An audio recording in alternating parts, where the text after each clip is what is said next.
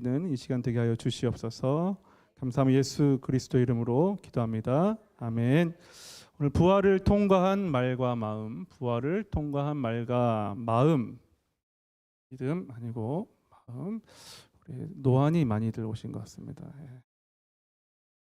우리 시편 19장 14절 개역개정 버전으로 시편 19장 14절 말씀 개역개정 버전으로 함께 같이 읽어보도록 하겠습니다. 시작. 나의 반석이시요 나의 구속자이신 여호와여, 내 입의 말과 마음의 묵상이 주님 앞에 연락되기를 원하나이다. 아멘. 부활절이죠, 그렇죠? 어제 제 친구 녀석이랑 카톡을 했습니다. 이 친구가 집에 가는 길에 어느 교회에서 부활절 계란을 나눠줬다는 거예요, 길거리에서. 기분이 굉장히 좋았나 봐요. 이 친구가 원래 어릴 때 같이 신앙생활 하다가 지금은 잘 교회를 안 다니는 친구인데, 왜 기분이 좋았냐고 이유를 물으니까 집에 가서 계란을 깠는데 맥반석이었답니다. 맥반석 받으면 기분 좋잖아요, 그렇죠? 엄청 좋았나 봐요. 저한테 막 자랑을 하더라고요. 이렇게 우리는 생각지도 못한 결과를 얻을 때 우리 삶에서 기쁨을 얻을 때가 있습니다. 그런데 오늘 맥반석보다 더 좋은 소식이 있습니다. 예수님께서 부활하셨다는 소식입니다. 오늘 우리는 부활절을 맞아서 시편 19장의 말씀이 우리 신자의 삶에 어떤 의미가 있는지를 함께 여러분과 나누고자 합니다.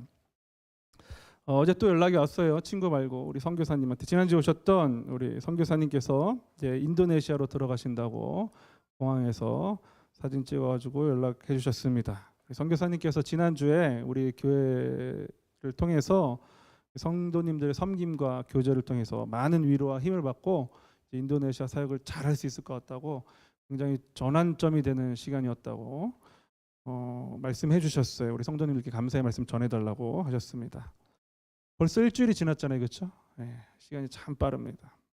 근데 지난 한 주 동안 잘 지내셨습니까? 오늘 우리는 이 자리에 예배를 드리러 왔어요, 그렇죠? 그런데 여러분 오늘뿐만 아니라 예배를 드리러 올 때 이런 생각 해보신 적 있으십니까? 내가 과연 이 예배를 드릴 자격이 있나? 지난 삶을 돌아보니까 너무 부끄러운데 하는 생각을 한 적이 있습니까? 하나님, 저 예배 드리러 왔는데요, 지난 한 주간의 삶이 영 별로였습니다. 겉으로는 숨길 수 있었는데 하나님 제 속마음까지 다 보신다고 하셨잖아요. 다 들으신다고 하셨잖아요. 부끄러워서 하나님께 예배드릴 면목이 없습니다. 이런 생각을 해본 적 있으십니까?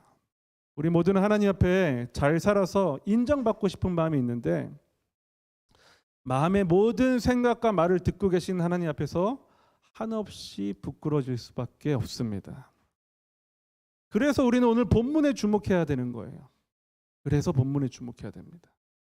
왜냐하면 이런 우리의 마음이 이 시편 19장 14절에 잘 담겨 있기 때문입니다. 이 시는요, 다윗이라는 한 사람이 하나님 앞에서 한 명의 예배자로서 쓴 시입니다. 다윗은 이스라엘의 왕이었습니다. 그러나 왕으로 하나님 앞에 선 게 아니라 한 명의 예배자로서 하나님 앞에 섰고 하나님의 예배자의 마음으로 이 시를 쓰게 된 거예요.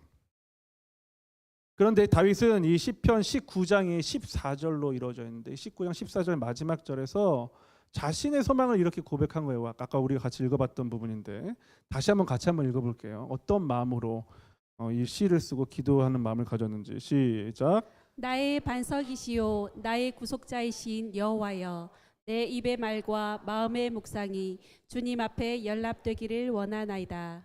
주님 앞에 연락되기를 원하나이다. 이 연락되다라는 말은 잘 쓰는 말이 아니죠, 일상에서.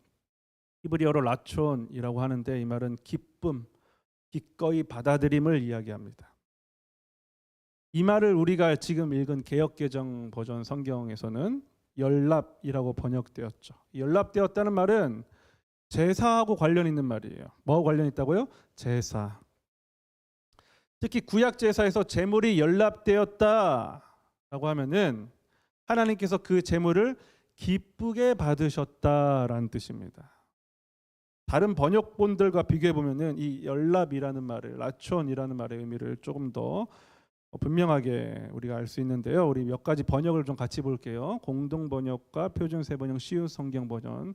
이 노란색 부분이 이제 그 번역 부분들이 한번 읽어볼게요. 공동 번역부터 시작. 내 바위, 내 생각과 내 말이 언제나 당신 마음에 들게 하소서. 표준세 번역이요. 시작. 나의 반석이시요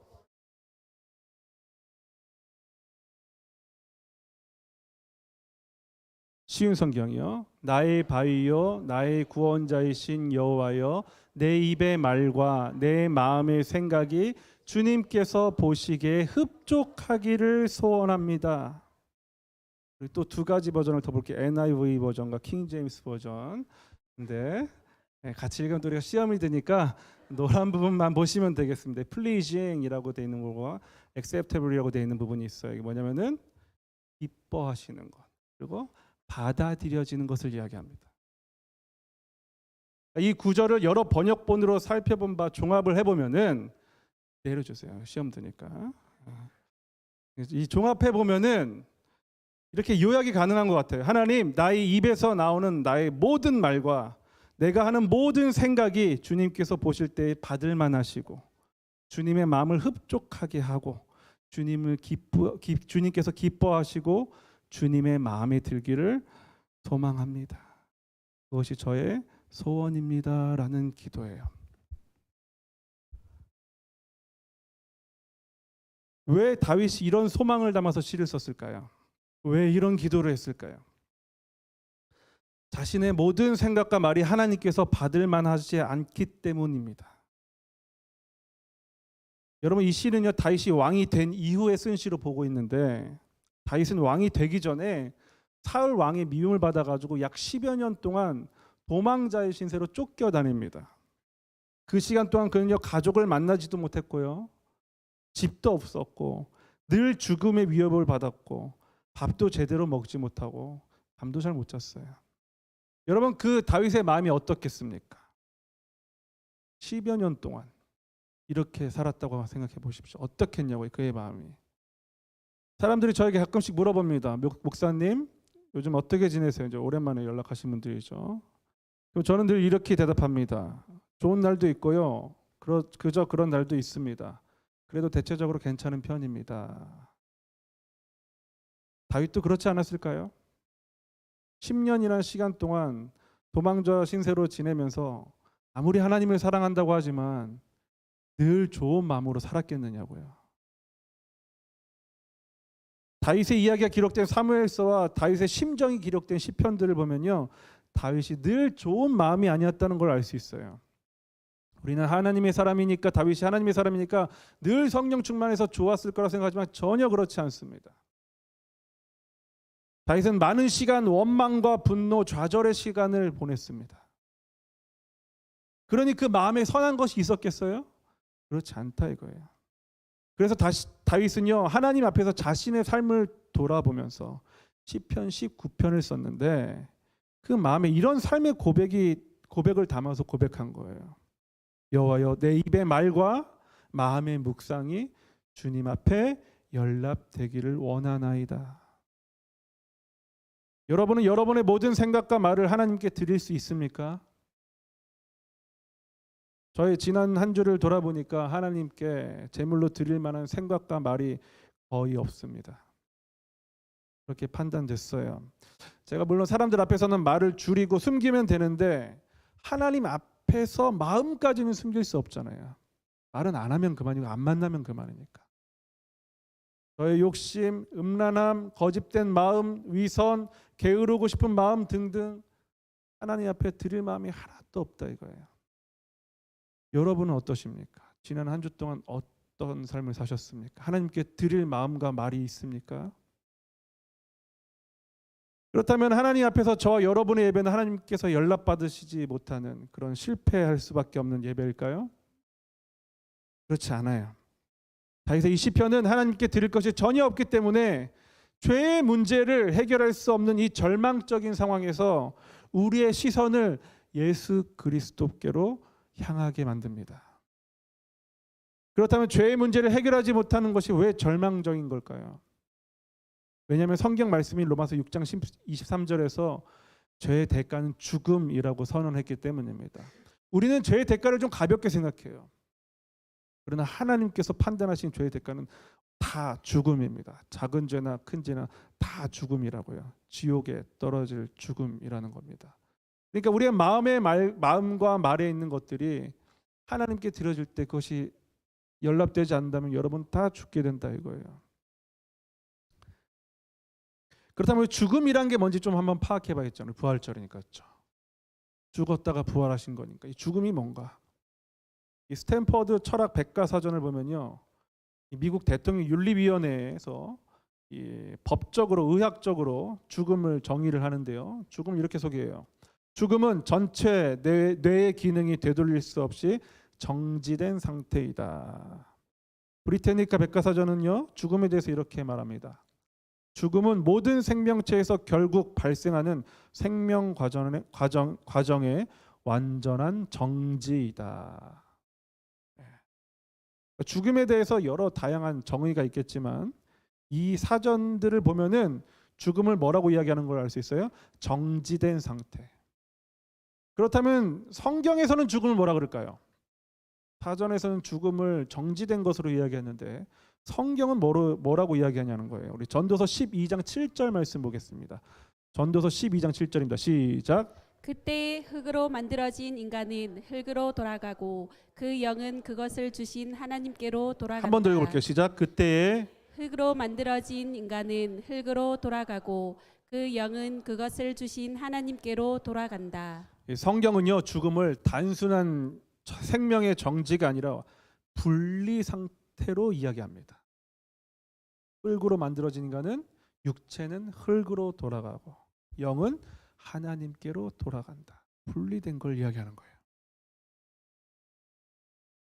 즉 인간의 죄는요 육적인 죽음에 이르게 하고 결국 흙으로 돌아가게 합니다. 옆에 계신 분들께 이렇게 말해주세요. 당신은 흙입니다.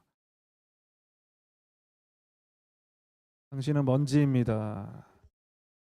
먼지가 더 정확한 표현입니다. 먼지 별 볼 일 있습니까? 훅 털면 날아가서 보이지도 않는 게 먼지입니다. 그런데 영은 하나님 앞에 서게 된다는 거예요. 영은. 육체는 먼지로 돌아가는데 영혼은 하나님 앞에 서게 된다 이겁니다. 그런데 우리가 하나님 앞에 서게 될 때 떳떳하게 설 수 있겠느냐 이 말이에요. 오늘 시편에서 다윗이 자백하고 있지 않습니까? 하나님 앞에 서니까 그동안 품었던 마음과 그동안 했던 말로만 죄의 유무를 판단받아도 하나님 앞에 설 자격이 없다라는 겁니다. 그렇다면 우리가 부끄러움 없이 하나님 앞에 서려면 어떻게 해야겠습니까? 죄가 없어야겠죠. 그런데 우리가 그 불가능하죠. 이미 죄를 많이 지었기 때문에. 또 지을 거잖아요. 그렇죠? 그러면 그 죄를 대신 감당해 줄 누군가를 필요하게 되는 거예요. 여러분 어느 시대를 막론하고 제사 문화라는 것이 있죠. 공소고금을 막론하고 죄에 대한 문제를 해결하고자 하는 시도를 모든 인간들이 다 한단 말이에요. 성경에도 제사가 있죠. 모든 제사에는요 제물이 있습니다. 하다못해서 알지 못하는 신하기에 제사를 드릴 때 어떻게 물이라도 깨끗한 물이라도 한 그릇 떠놓고 제사를 드리지 않습니까? 그렇죠? 성경에서 인간의 죄를 해결하기 위해서는요 제물이 필요한데 제물의 조건이 뭐냐면 흠이 없어야 됩니다. 뭐가 없어야 된다고요? 흠이 없어야 돼요. 흠 없는 제물이 필요해요. 그래서 보통 이 제산의 정도에 따라서 흠 없는 소나 흠 없는 양을 제물로 드렸습니다. 제사를 드릴 때는요 죄를 가진 사람이 이 짐승의 머리에 손을 대고서 자신의 죄를 전합니다. 전가한다고 말하는 조금 어려운 말로 하면 전가한다. 쉽게 이야기하면은 누군가 나를 대신해서 나의 죄를 책임져 준다는 거예요.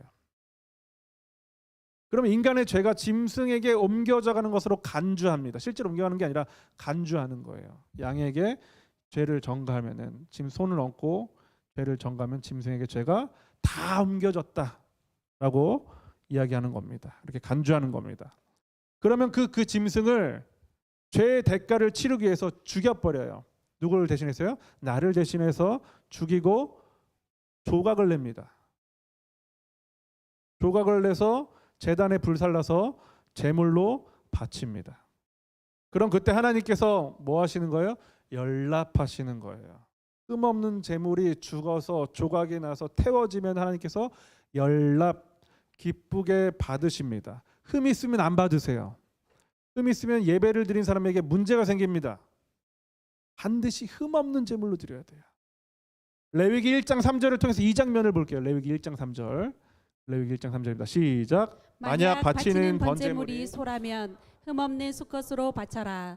그리고 나서 너희는 그 짐승을 회막 입구로 가져다가 여호와께서 그 예물을 받으시도록 하여라. 예, 여호와께서 그 예물을 받으시도록 하여라 하는 부분이 바로 이 받으시도록 하는 부분이 바로 라촌입니다. 연락이라는 거. 기쁘게 받으시도록 하여라. 그러니까 우리의 입의 말과 마음의 묵상이 하나님께 받아들여지면 어떻게 해야 된다는 거예요? 흠이 없어야 된다고요. 그러나 그것이 불가능하기에 우리를 대신하는 제물이 필요했고 그 제물이 바로 신약 시대에 와서 누가 되셨냐면은 예수님이 되셨다는 겁니다. 여기서 예수님이 저와 여러분을 향한 죽음의 의미가 베드로전서 3장 18절에 담겨져 있어요. 우리 베드로전서 3장 18절 말씀 같이 한번 읽어보겠습니다. 베드로전서 3장 18절입니다. 시작. 그리스도께서는 여러분을 위해 죽으셨습니다. 그리고 그 한 번의 죽으심으로 여러분의 모든 죄를 담당하셨습니다. 죄가 없는 분이시지만 죄인을 대신하여 돌아가셨던 것입니다. 그것은 여러분 모두를 하나님께로 인도하기 위함이었습니다. 육체는 죽었지만 성령 안에서 다시 살아나셔서. 여기까지입니다. 보세요. 여기 죄가 없는 분이시지만 이런 걸 흠없는 제물이 되셨다는 걸 이야기하는 겁니다. 예수님께서 저와 여러분을 위해 죽으셨다는 거예요. 그리고 매번 짐승 제물을 통해서 제사를 드리는 게 아니라 한 번 예수님께서 십자가에서 딱 한 번 죽으심으로 저와 여러분의 모든 죄를 담당하셨습니다. 여기서 말하는 거예요. 죄가 없으신 분이 그렇게 하셨다. 흠없는 제물로서 저와 여러분을 위해서 제물인 어린 양이 되셔서 십자가에서 완전한 제사를 드리심으로 죽으셨습니다. 왜요? 뭐라고 이야기하고 있어요? 아까 베드로전서 3장 18절에 하나님께로 인도하기 위해서요. 베드로전서 3장 18 다시 한번 띄워주세요. 예, 보세요. 네 번째 줄. 그러나 그것은 시작. 그것은 여러분 모두를 하나님께로 인도하기 위함입니다. 그냥 죽으신 게 아니에요. 단순히 죄를 없게 하시는 게 목적이 아니라고요. 최종 목적이 있어요. 죄를 없게 하신 다음에 어떻게 한다고요? 하나님께로 인도하기 위해서.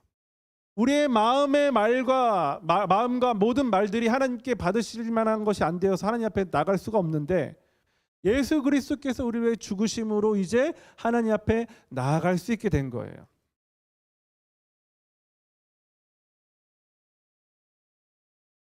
여러분, 죽음이 성경에서 어떤 의미를 가진다고 그랬습니까? 분리된다는 그랬잖아요. 그렇죠? 그러니까 죄를 지은 인간들, 곧 입의 말과 마음의 묵상이 흠투성인 저와 여러분이 하나님과 멀리 떨어져 있기 때문에 하나님께 가까이 붙이도록 하신다는 거예요. 가까이 있으면 굳이 인도하실 필요가 없잖아요. 그렇죠? 멀리 있기 때문에, 아주 멀리 있기 때문에 예수님을 통하여서 인도를 받는 겁니다. 여러분, 그런데 예수님께서 죽음으로 끝나셨습니까? 그렇지 않죠. 어떻게 되셨습니까? 부활하셨어요. 여러분, 우리가 조금 전에 읽어본 바와 같이 사람이 죽으면요, 육은 흙으로 돌아갑니다. 이건 교회를 다니지 않는 사람들 다 알아요. 그런데 단 한 분, 예수님만은 흙으로 돌아가시지 않으셨어요. 왜냐하면 그분은 죄가 없으시기 때문입니다. 죄가 있는 모든 생명은, 모든 인간은 다 흙으로 돌아가게 되어 있어요. 죄 때문에 심판을 받는다고요. 근데 예수님 죄가 없으시기 때문에 흙으로 돌아가지 않으셨습니다. 그래서 이 예수님의 부활은 단순한 기적이 아니라 죄 없는 분이 죽음을 이기신 결정적 증거이고 우리를 하나님께로 인도할 완전한 제사라는 것이 밝혀진 겁니다. 그래서 예수 그리스도의 죽음과 부활을 믿는 모든 성도들의 삶은요, 단순히 죽는 삶이 아니라 부활을 통과한 삶이 됩니다. 여러분, 그래서 이 부활절이 중요한 겁니다. 부활을 통과한 삶이 저와 여러분의 삶이 되기 때문입니다. 이런 성도들의 삶이 어떤 소망을 가집니까? 어떤 소망을 가져야 될까요? 다윗이 말한 것과 같아요. 내 입의 말과 나의 마음의 묵상이 주께 연락되기를 원하는 거예요. 우리의 생각과 우리의 입의 말이 다 부활을 거쳐야 된다 이겁니다. 여러분, 우리가 하나님과 연합하지 않았을 때는요, 내가 구원받지 않았을 때는 이런 소망 자체를 가지지 않습니다. 우리의 말과 마음의 생각이 주님께 연락되는 것에는 관심이 전혀 없다고요. 뭐에만 관심이 있어요? 내 말대로, 내 마음대로 사는 것에만 관심이 있다고요. 그러나 예수님의 죽음과 부활을 인정하고 믿는 사람들은요, 이 마음과 말을 주님께 연락되게 되었으면 좋겠다라는 거룩한 소망이 생깁니다. 분리가 되지 않아요. 그러니까 육신은 살아있지만 영혼이 죽은 사람들, 이 사람들은 오직 자기에만 관심이 있는 거예요. 하나님하고 단절되어 있기 때문에, 분리되어 있기 때문에. 이것이 예수님의 부활이 통과하지 못한 영혼의 특징입니다. 그래서 예수님의 부활이 통과한 영혼들은요, 거룩한 소망을 가져요. 여러분, 예수님을 보십시오. 예수님은요, 한순간도 하나님의 마음과 하나님의 말씀에서 떨어진 적이 없습니다. 말씀하실 때마다 하나님의 뜻을 품으셨고요, 마귀에게 시험을 받으실 때도요, 말씀으로 대답하셨죠. 그렇죠? 그분은 말과 마음이 온전히 하나님과 연결된 삶을 사셨습니다. 그래서 제자들에게 기도를 가르치실 때도 이렇게 시작하신 거예요. 하늘에 계신 우리 아버지, 아버지의 이름이 거룩히 여김을 받으소서. 아버지의 나라가 이루어지게 하소서. 아버지의 뜻이 하늘에서처럼 이 세상에서도 이루어지게 하소서. 누구의 뜻이요? 아버지의 뜻이. 아버지의 생각이, 아버지의 마음이 나를 통해서 이 땅에서 이루어지게 하소서. 예수님께서는요, 하나님의 마음을 구하라, 하나님의 뜻을 말하라고 우리에게 알려주셨습니다. 그러니까 이 기도는 그냥 예배 끝날 때 형식적으로 외우는 문장이 아니에요. 주문이 아니에요. 거듭 말씀을 드리잖아요. 그렇게 하는 게 아니라고, 이렇게 하라고 하는 게 아니라 그 원리를 담아서 가르쳐주는 기도입니다. 그러니까 우리가 무슨 말을 하고 무슨 생각을 품고 무슨 마음을 품고 살아야 하는지를 보여주는 방향표가 바로 주기도입니다. 주기도 문이라고 하지 않다고 했잖아요. 그대로 읊어내는 게 의미가 있는 기도가 아니라고요. 여러분, 이런 마음이 다윗에게 있었어요. 다윗이 아무리 거룩하게 살려고 해도 잘 되지 않았기 때문에 마음에 이러한 소망을 품고 기도한 겁니다. 여러분, 이런 소망을 가지고 있습니까? 그러나 이러는 게 잘 되던가요? 우리의 입의 말과 마음을 지키는 일이 쉽던가요? 쉽지 않아요. 왜냐하면 사탄이 우리를 방해하기 때문입니다. 그러면 사탄이 어떻게 우리를 방해하고 우리의 말과 마음을 무너뜨리겠습니까? 먼저는 입을 먼저 공격합니다. 입만 열면 비난하고 뒷담하고 세상 불만이 다 나에게 온 것처럼 말을 하게 합니다. 유도를 하는 거예요. 남자는 군대, 여자들은 시어머니, 학생들은 학교 얘기하면은 다들 자기 고생이 제일 심했다고 이야기하죠.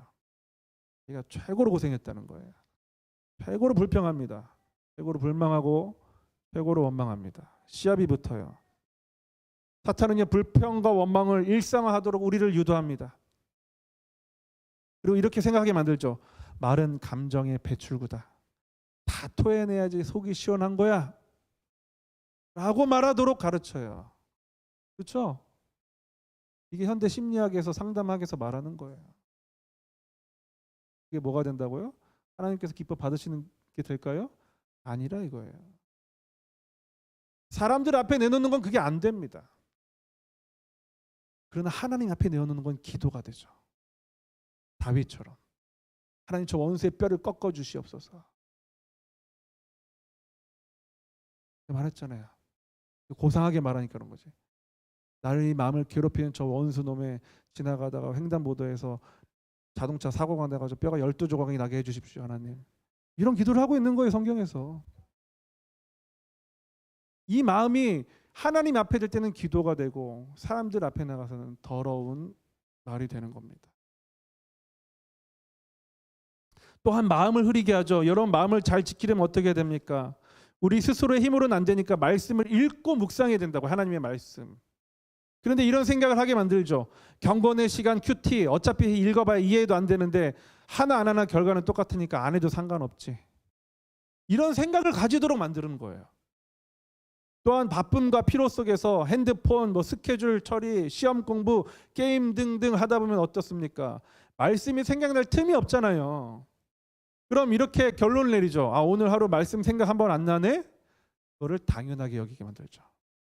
그걸 이상하게 여겨야 되는데 잘못했다라고 여겨야 되는데 그럴 수 있어 라고 여기게 만든다 이거예요. 그리고 또 이렇게 이야기하죠. 은혜 받을 자격이 없다고 속입니다. 하나님이 나 같은 죄인의 말을 받아나 주시겠어?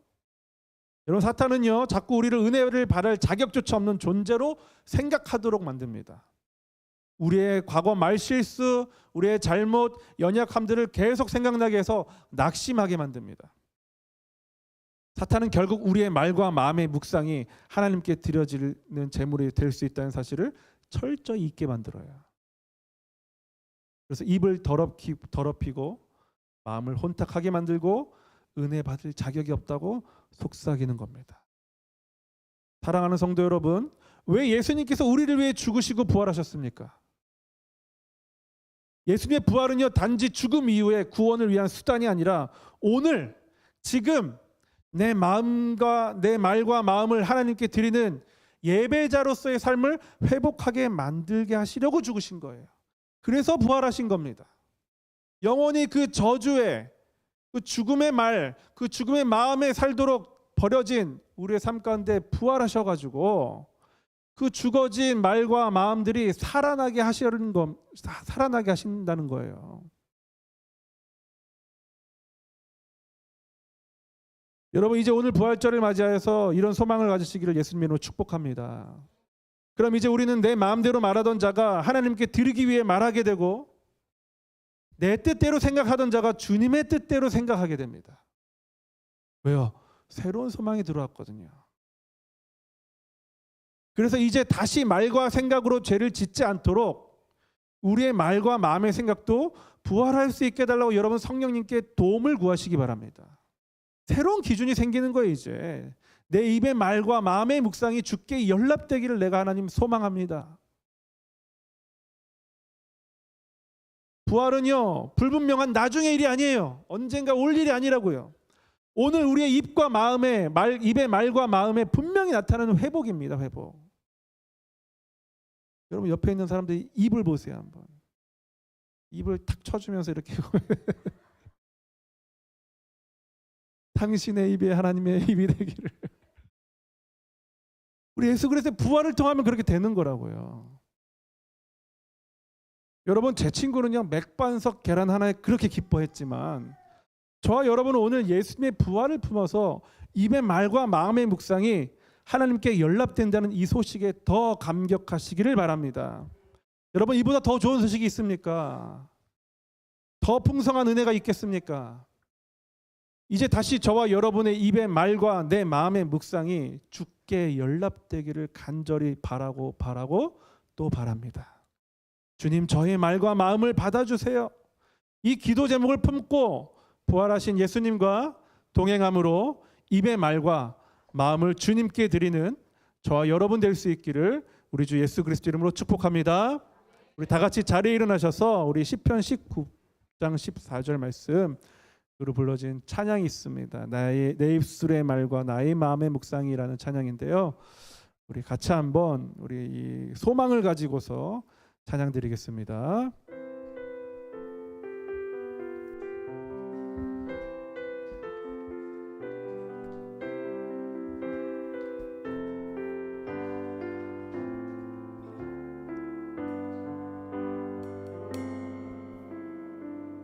우리 다 같이 고백합니다. 내 입술의 말과 나의 마음의 묵상이 주께 연락되길 내 입술의 말과 나의 마음의 묵상이 주께 연락되길 원하네. 우리 다시 한번 내 입술의 말과 나의 마음의 묵상이 주께 연락되길 원하네. 내 입술의 말과 내 입술의 말과 나의 마음의 묵상이 주께 연락되길 원하네. 내 반석 나의 구원자 나의 노래할 이유 주님 눈에 축복되길 원하네. 모든 순간마다 주의 종 되기 원해. 주님 눈에 축복되길 원하네. 내 반석 나의 구원자 나의 노래할 이유 주님 눈에 축복되길 원하네. 모든 순간마다 주의 종 되길 원해. 주님 눈에 축복되길 원하네. 우리 처음부터 다시 한번 고백합니다. 내 입술의 말과 나의 마음의 묵상이 주께 연락되길 원하네. 한 번 더 내 입술의 말과 나의 마음의 묵상이 주께 연락되길 원하네. 내 반석 나의 구원자 나의 노래할 이유 주님 눈에 축복되길 원하네. 모든 순간마다 주의 종 되길 원해. 주님 눈에 축복되길 원하네.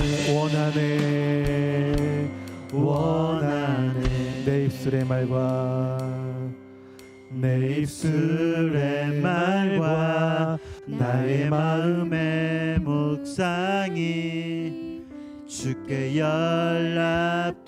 연락되길 원하네. 내 입술의 말과 나의 마음의 묵상이 주께 연락되길 원하네. 우리 다 같이 이 시간에 잠시 기도하겠습니다. 하나님, 우리가 지금 고백한 것처럼 하나님 내 입술의 말과 내 마음의 모든 묵상이 주님께 연락되는 산 제물이 되길 원합니다. 하나님, 그런 삶을 살지 못해서 하나님께 송구스러운 마음, 죄송스러운 마음 있지만 하나님 새 소망을 품기 원합니다. 예수 그리스도의 부활로 인하여서 우리가 새 소망을 품기 원합니다. 이제는 나의 입술의 모든 말과 마음의 묵상을 주님께 받으시는 그런 산 제물이 될 수 있도록 마음을 잘 지킬 수 있도록 하나님 우리 인생을 도와주시옵소서. 그런 소망을 품게 하여 주시옵소서. 다 같이 주여 한번 외치시기도 합니다. 주여.